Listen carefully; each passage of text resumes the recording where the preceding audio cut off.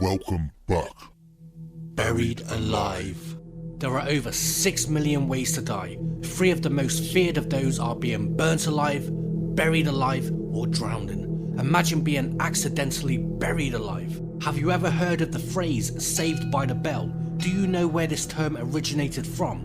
Well, this phrase is said to have started in the early 1800s. The term "saved by the bell" is commonly used today to describe people who have escaped difficult situations thanks to a last-minute stroke of luck.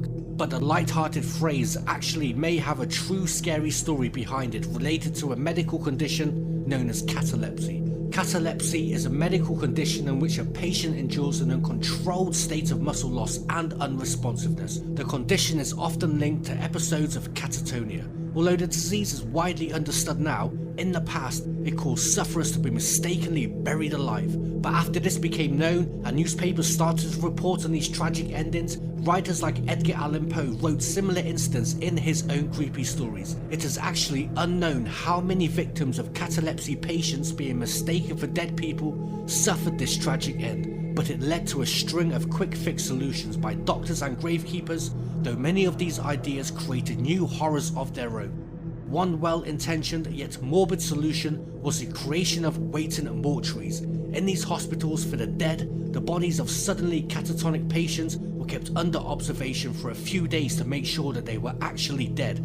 Waiting mortuaries were well stocked with food, wine and cigars in the event that the patient did wake up. Another more gruesome solution to avoid burying those who were still alive was to perform examinations to test the deadness of patients. People thought to be dead had their fingers hacked off or endured smoke being literally blown up their ass. The assumption was that if that person didn't wake up, then that person was clinically dead. There was one problem with such tests. Catalepsy prevents patients from feeling pain during their catatonic state, so employing these extreme measures proved to be an ineffective method of confirming whether a person was dead or alive.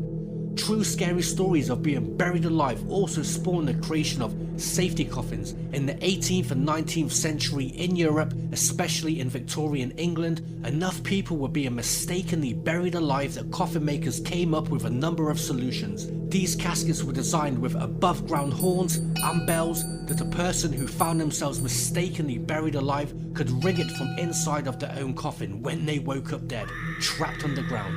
Some of these safety coffins also came equipped with a stash of poison in case the person figured out that they would never escape.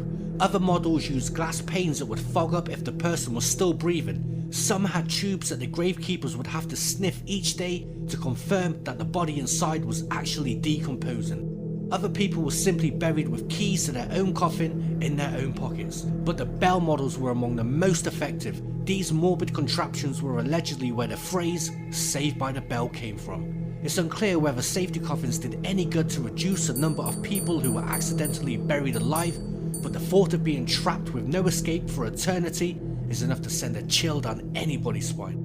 So imagine before doctors and morticians realised what catalepsy was and what doctors have been doing for numerous amounts of years. Just imagine how many victims suffered this nightmarish demise throughout history. Buried alive. Maybe a few lucky people were actually saved by the bell. Until next time, sleep tight.